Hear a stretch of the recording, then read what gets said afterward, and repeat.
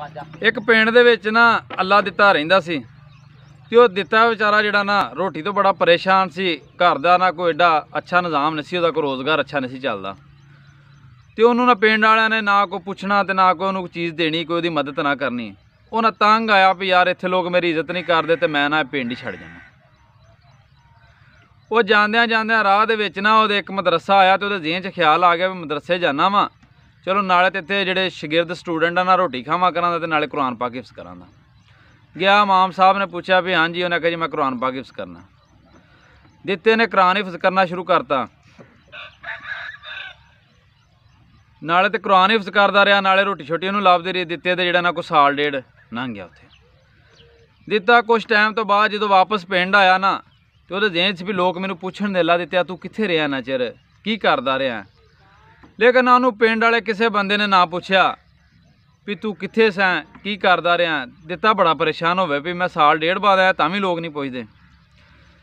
उदों ना पुराना दौर सी, मस्जिदां ते ना कोई भी ऐलान वगैरह हुंदा ना मस्जिद की छत ते चढ़ के मनार ते चढ़ के करदे सन चक दे विच। दिता जाके ते छत ते चढ़ गया तो ऐलान करना शुरू कर दिता। फिर राती मैं सुता सा, कोई नूरानी चीज़ आई, उन्हें मैनू सीने नाल लाया तो सीने नाल लांदे मैनू कुरान हिफ्ज़ हो गया। तो कुरान पाक मैनू आउंदा वे, जिहड़ा मर्जी मेरे को सुन लो आण के। ओहदी इन्नी कहण दी देर सी ते पूरा पिंड इकट्ठा हो गया, सने इमाम मस्जिद, पिंड दा चौधरी, लंबड़दार सारे इकट्ठे हो गए। जो आवाम सारी वेखी ना दिते ने अखां बंद कर लियां तो उन्हें कुरान पाक की तलावत शुरू कर दी। हुण मौलवी साहब इस दिन चुन भी दिता किते कोई गलती करे तो मैं फड़ा, लेकिन दिता कोई गलती ना करे। जो कोई दिते ने कोई एक दो सूरतां पढ़ लियां ना तो उस तो बाद लोगों ने नारा तकबीर लाना शुरू कर दिता। अवाम जिहड़ी सी ओह मस्जिद ते चढ़ के दिते नूं मोढियां ते चुक लिया, ला लिया। कोई दिते दे हत्थ चुम्मण लग पिया, अकीदत दा एहतराम करन लग पे। कोई आखे भी सब तो पहलों दिते दे हत्थ चुम्मण वाला मैं वां, कोई आखे भी इहनूं चुकण वाला मैं वां। इस तरह जे दिते नूं चुक लिया, उहदे अगे ढोल वजन लग पिया। ढोल वजदियां जनाब वो दिते नूं दिते दे घर लै गए, एक उच्ची जी जगह बनाएगी, उहदे उत्ते दिते नूं बहाता। दिते दी जी अकीदत शुरू हो गई, दिता पीर बन गया जी। हुण वो जी जिहड़ा दिता खुद रोटी तो तंग सी ना, उहदे नां ते लोकां ने लंगर पकाने, उत्थे होर गरीबां भी खाना, बड़े लोग लंगर चल गए। बड़ा जी दिता जी बड़ा पीर मन्निया जान लग पिया इलाके दे विच। वो थोड़ी देर तो बाद दिता, कोई थोड़े अरसे तो बाद दिता दुनिया तो चला गया। दिते दा दरबार बन गया, दरबार ते चढ़ावे चढ़न लग पे।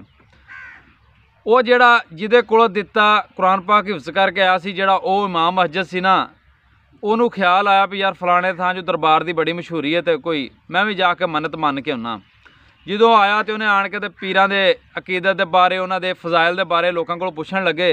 तो लोगों ने दसना तो कोई नाले उन्होंने तस्वीर लगी ना दिते दी वेख के पुरानी, तो कोई अपना शागिर्द याद आ गया भी ये तो मेरा शागिर्द है। उन्हें लोगों को समझाने की जो कोशिश की ना भी ये मेरा शागिर्द मेरे को कुरान हिफ्ज़ करके आया सी, तो लोगों को मारन लग पे। वो बजुर्ग आदमी बेचारा बड़ी मुश्किल ना जान छड़ा के उतों चला गया। गल दसन का मकसद ये वे भी असी अज ना गल दे पिछे नस पैने आ, लेकिन गल का मुढ़ नहीं वेंदे। कई लोग ना अज साडे प्यारे दीन का, सोहणे दीन का सहारा लैके ना तो सानू लुटदे ने पे, सानू झूठे चकमे देंदे ने पे। तो मैं ना भी ज़रा थोड़ी जी गल की तहकीक कर लिया करो पिछे जाण तो पहलों ना, तो फिर उस गल के पिछे जाया करो, फिर उसकी अकीदत भी कराया करो, एहतराम भी कराया करो अगर सच्चा है तो। जिहड़े झूठे ने ना इन्हां तो बचो। एक ना वो पंजाबी दी मिसाल बनी है इत्थे ना साडे पिंडां दे विच भी, वो किसी ने आया ना कोई बंदा बैठा सी, उन्होंने आंदा तेरा कुत्ता इत्थों कन्न ला के जान दिया सी।